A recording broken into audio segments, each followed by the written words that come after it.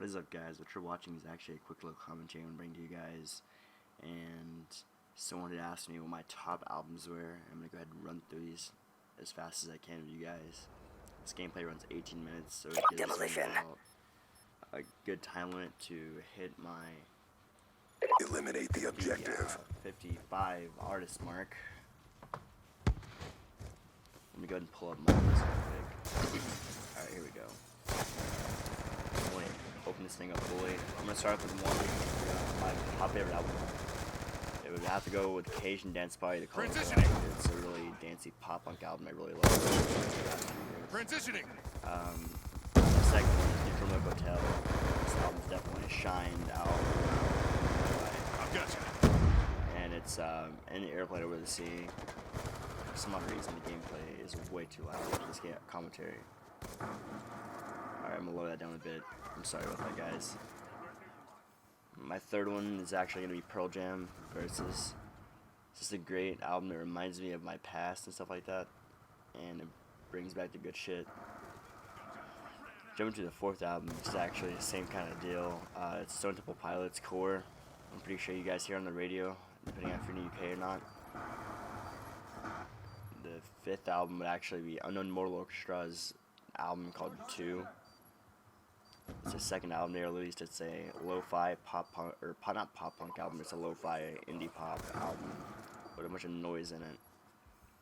And the sixth album would have to be Unknown Mortal Orchestra, their self-titled album, and it's definitely the same vibe. And if you're a big fan of them, you'll hear a little bit of a difference, not much sound difference, but it's nothing special. Let's jump down to Craft Spells Gallery, which is my seventh one. This is an EP, and I feel this is their best work, and anyone who wants to argue that, fuck you. This is actually one of their best works, and definitely put into creativity. Jumping into the eighth album would have to be Craft Spells Idle Labor, and it's their very first album. It's a decent album for what it is, and it definitely shines out as a art pop album or a pop or indie pop art album. I'm not sure what the hell you'd call it. Ninth album is gonna have to be a band called Bear in Heaven. I Love You. It's cool. Is the name of the album. And I'm gonna list these albums in the description, so if you guys want to go check any of this shit out, you can, and that'd be awesome.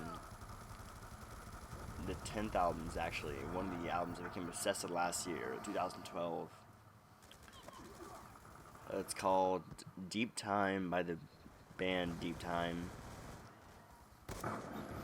And then jumping on from that, I'm going to go ahead and start off with Human Tetris on 11, which is Happy Way in the Maze of Rebirth. And the 12th would be Soldiers EP, which is definitely a great album. I can't really describe. No, it's an EP, but I don't know. Definitely jump on to Hatcham Social. You dig the tunnel out, hide the soil. I noticed I forgot to add. I can't remember what the album was called. Love Girls, some crap like that. I don't know. But I love that album too. They're both like super shiners in my eyes. And then I jump into the Myriad, which is a band that first got me into indie rock and stuff like that, and the name of the album is called With Arrows with Poise. And then we go to the 15th, which is Anco, Animal Collective, if you guys have heard of them, and the name of the album is called Centipede HZ. And I'm pretty sure you guys have probably heard some of the songs on this. They've been on a commercial too. Definitely a psychedelic work I really enjoyed. And let's jump into the 16th, which is Animal Collective, Strawberry Jam. Animal Collective is more indie pop stuff. It's not as psychedelic as it is, and it's more like shiny than all the other stuff. And people tend to love that album over their topmost rated album, which is Merriweather Post Pavillion, which is actually my 17th. And I don't really know why I like that album. It's just really poppy, and I fucking love it. And then we go on to the 18th, which is Papadosio, Magreenery. And I love that album. It's definitely a indie pop album with a shit ton of psychedelic influence. It has the Anco feel to it. Then I jump on to the 19th album, which is actually The Move, Shazam, which is a badass album. It's just a pure fucking psychedelic rock album that's just intense, and you'll love it if you check that shit out. Then 20 would be Still Corners, Strange Pleasures. It's I don't even know what it is. It feels like it has some dubstep kind of feeling to it, and it's like a shoegazy kind of indie rock album that I fucking love. And it's just amazing, and you guys could probably definitely get into that shit. The next album is 21, which is a IAMDYNAMITE, Supermegafantastic. And this was released on YouTube for a while in a trailer. I forget which trailer it was, but I jumped into it, and I heard the band before. I just never listened to the album. And I couldn't think of it when I first seen it, but it's definitely a great album. If you guys are into that kind of shit, check it out. The 22nd album is a band called Gatsby's American Dream, which is kind of a punk rock kind of feeling, and it has the whole old school like Census Fail kind of feeling to it. Then the next album is gonna be Titus Andronicus. I'm a big fan of like raspy ass voices and stuff like that, and it definitely gets my groove going. Not my groove. The name of the album is called A More Perfect Union. It's coming to a 24th album, which is called Diamond Youth Orange. I believe I brought this up a few times, and it's definitely like a super shiny album that has like these weird, hard to describe like parts in it that you just want to listen to over and over. And I've listened to it over and over quite a bit actually, and I have not got enough of it. Next album is by a band called Pulled Apart by Horses, which is a post-hardcore indie rock suit, and they're definitely fucking badass. They take like old school like post-hardcore influences and just throw them into one with an indie rock vibe to it. And the next album is by a band called Propagandhi, which is a pop-punk Canadian band, and their album Supporting Cast, which is definitely my favorite. And then we jump into the 27th, which is Young Widows, Old Wounds, and I love all their stuff actually. But their discography is just way too weird for me. I don't really enjoy it that much, but like, I love this album. It's just great. It has that hardcore raspy voice I love. It's just fucking intense. And then we jump into Protest the Hero, Fortress. This is an album that got me to love like progressive rock sort of, or no, not progressive rock, progressive hardcore with a really stringy guitar like vibe to it, which I love the fuck out of. And then we jump from that into Scurrilous, and which is their like album that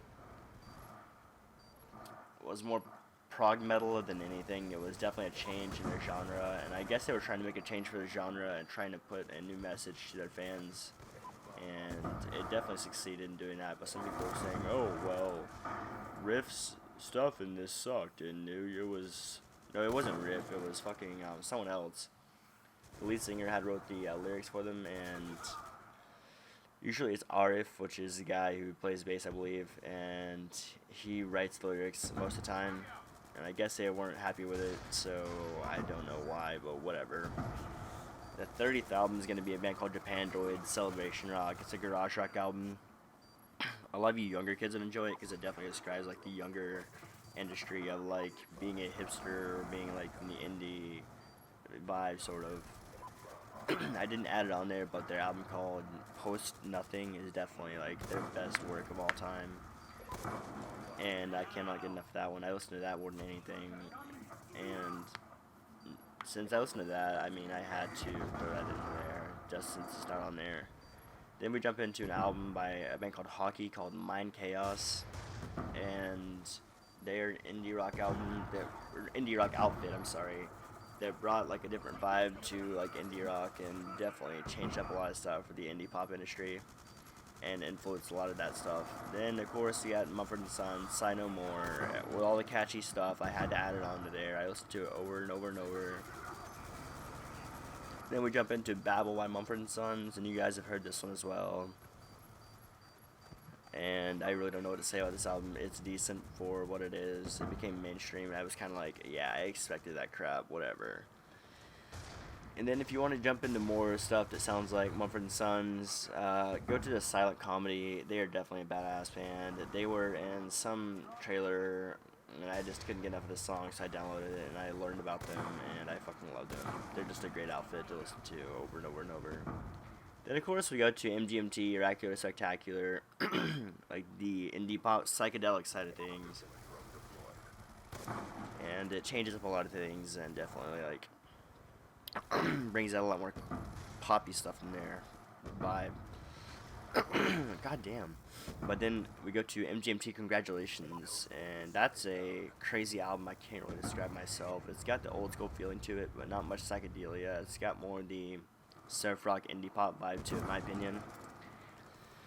Then next, of course, I added Empire of the Sun, which their album was Walking on a Dream, and that album, I don't even know. I fucking love it. It's awesome. It's cool. It's catchy as hell, and you will sing to it over and over and over. And then we jump into My Vitriol, Fine Lines, which is a great album that definitely like puts everything out there and puts all their work out there and says, hey, if you don't like this, then I guess just screw you. I mean, why not listen to it if you don't, want to hear that kind of crap.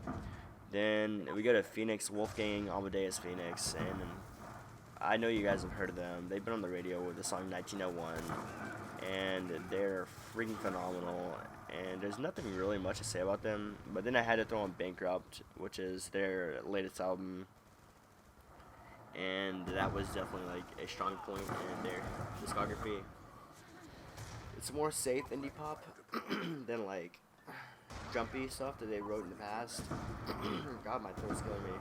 And then I didn't add it onto there, but their album United is pretty cool. It's got like the old indie rock kind of feel to it before they kind of jumped into indie pop, and it kind of shines out.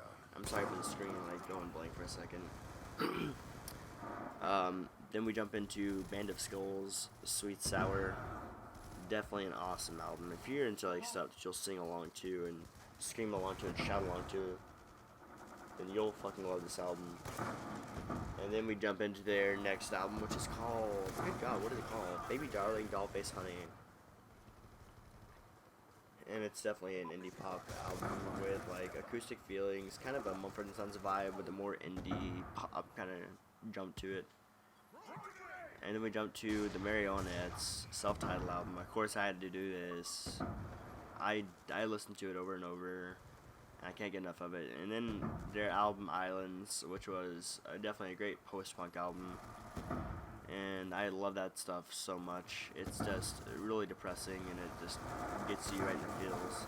Then we go to their album called Hit the Waves, which is the same thing as Islands in my opinion. Not much of a change, and I respect it though. Next we jump into Idiot Pilot, which definitely brought a different feeling to indie rock. And to rush this up, I'm going to go ahead and tell you they're different, unique, and something you should check out. By the way, the gameplay in the background, what you're watching is a gameplay from Nuketown 24/7. It's probably the best game of the night. Everybody's playing together, and I was just happy to post it. I don't care if I failed on it, but it was just a great gameplay. But their album Wolves by Idiot Pilot is a change up, and it's like more indie rock than they've usually written. But it makes a big difference whenever you change the genre, whenever you're in a band. It's pretty big. Then, of course, I jumped to the Red Jumpsuit Apparatus. I have to add this just because I love them. The album Lonely Road, it gave me a Nickelback feeling that reminded me of the old days, and so I love it. And then their album Am I the Enemy, it definitely jumped back and brought the old school Red Jumpsuit Apparatus feeling and just told everybody, we're back, don't worry about all the stuff we did in the past. Then, of course, their album Don't You Fake It, and I had to do this one because I love it, and it's as catchy as hell. Then the last two are Ask Alexandria's Stand Up and Scream and Reckless and Relentless. And if you guys have anything to say about this that's negative, then fuck you. And all I have to tell you is you don't really grow out of the shit you listen to when you're a kid. It stays with you, and if there's something that you listen to that influences you pretty hardcore, you're gonna go back to it over and over and over. As much as you want to deny it, you're gonna go back to it. And it sucks to admit it sometimes, but hey, if it's something that influenced you in the past to do things or showed you who you really were, then you have to respect that stuff, man. You can't go hating on that crap. You can't go hating on someone just because they listen to like metalcore and deathcore and shit like that. can't fucking do that shit. I mean, including when somebody like is influenced by a certain band or a certain genre, you can't hate on it just because they grew up on it. And honestly, I'm here to tell you, like, if I were to meet you in a fucking mosh pit and you were to tell me, hey, you listen to shitty music, I would deck you in the face. Because I branch my music off of what I grew up on and the stuff that I learn and I love. And if you want to call me a shit taste hipster kid, go ahead, fuck you. This is what I listen to, and you guys should love me for it. But guys, I'm gonna go ahead and cut this short as I run to an end of this gameplay. Not on this gameplay, but on this commentary. I'm sorry that, like, I sound all weird today, and I'm being a dick, but it's kind of because I'm in a jumpy mood, and I'm still sick, and it sucks. But I love you guys, and in the end, peace out. You guys know how I am. I just want to see more respect and stuff brought to my channel. Please do that. But in the end, guys, peace out. Love you guys.